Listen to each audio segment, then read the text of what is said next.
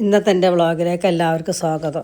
ഞാനിന്ന് ഉണ്ടാക്കുന്നത് അയക്കോറ മീൻ king fish എന്നൊക്കെ പറയില്ല. ആ മീനുകൊണ്ടൊരു ഫിഷ് മോളിയാണ്. അത് എങ്ങനെ മസാല ചേർത്ത് തേച്ച് വെക്കാൻ നോക്കാം. അതേ 1/4 സ്പൂൺ മഞ്ഞൾപ്പൊടി, ആവശ്യത്തിനുള്ള ഉപ്പ്, പിന്നെ 5-8 കഷ്ണം മീൻ ഇട്ടിട്ട് ആ മീനിലേക്ക് വേണ്ട ചെറുനാരങ്ങയുടെ നീര്, ഉപ്പ്, പിന്നെ കുരുമുളക് പൊടി എടുത്തിട്ട് നന്നായിട്ട് മസാല വെച്ച് വെക്കുക. ഒരു അരമണിക്കൂറോളം ഇട്ടിട്ട് അതിനോട് നമ്മൾ ഇതിലേക്ക് പുട്ടുണ്ടാക്കണം. അതിനൊക്കെ പുട്ടിന് ഷുഗർ ഫ്രീൻ്റെ ഒരു അരി ഉണ്ടല്ലോ, അല്ലെങ്കിൽ നമ്മൾ നാടൻ അരി ആയാലും മതി, ചാക്കരി. അത് വെള്ളത്തിലിട്ടൊക്കെ 1 മണിക്കൂർ 2-3 മണിക്കൂർ വെള്ളത്തിലിട്ട് ശേഷം പുതിർത്തി വെക്കുക.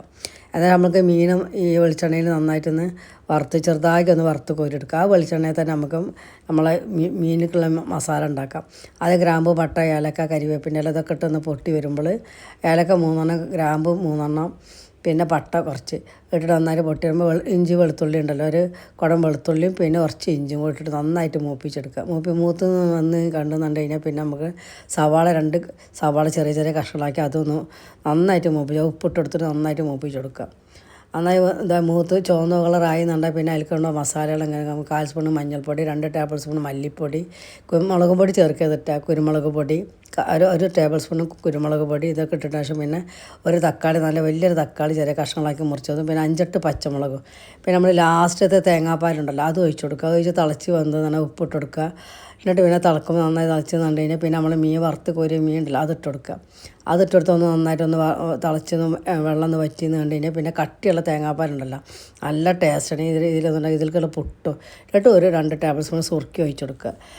നമ്മളെ കറി റെഡിയായി. ഇനി നമുക്ക് പുട്ടിലേക്കുള്ളത് നോക്കാം. അങ്ങനെ പുട്ട് നന്നായി ഊറ്റിയെടുത്ത ശേഷം 1 മണിക്കൂർ ഒന്ന് അരിപ്പയിൽ ഊറ്റിയെടുക്കുക. എന്നതിന് ശേഷം പൊടി അതിലേക്ക് നന്നായി ഉപ്പിട്ട് കൊടുക്കുക. 1/4 സ്പൂൺ ഉപ്പിട്ട് കൊടുക്കുക. നന്നായി പൊടിച്ചെടുക്കുക. പിന്നെ അതിലേക്ക് വെള്ളമൊന്നും കൂട്ടേണ്ട ആവശ്യമില്ല. ഈ പൊടി നമുക്ക് കുറ്റിലേക്ക് വാരിയിട്ടാൽ മതി. എന്നിട്ട് തേങ്ങ ഇട്ടെടുക്കുക.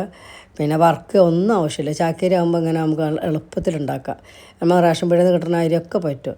ഈ രീതിയിലൊന്നും ഉണ്ടാക്കി നോക്കി. ഈ കറിയിലേക്ക് നല്ല രസമായിരുന്നു പുട്ട്. ഞാൻ ഉണ്ടാക്കി നോക്കാൻ വേണ്ടിയിട്ട് നിങ്ങൾക്ക് ഇഷ്ടപ്പെടുകയാണെങ്കിൽ സബ്സ്ക്രൈബ്, ലൈക്ക്, കമൻസ് ഒക്കെ അറിയാം. അടിപൊളി പുട്ടും ഈ കറിയും കൂടെ ആയേക്കുമ്പോൾ അടിപൊളി ടേസ്റ്റ് ചെയ്യുന്ന ഈ രീതിയിലൊന്നും ഉണ്ടാക്കിയിട്ട് നിങ്ങൾ കമൻസൊക്കെ അറിയിക്കും. എല്ലാവർക്കും അയച്ചു കൊടുക്കും. നല്ല രസമുള്ളൊരു ഞങ്ങൾ ഡിന്നർ ചെയ്യുന്നത് അടിപൊളി ടേസ്റ്റാണ്. നിങ്ങൾ ഉണ്ടാക്കി നോക്കി. നിങ്ങൾ ഇഷ്ടപ്പെടാൻ സബ്സ്ക്രൈബ്, ലൈക്ക്, കമൻസ് അറിയിക്കട്ടാ.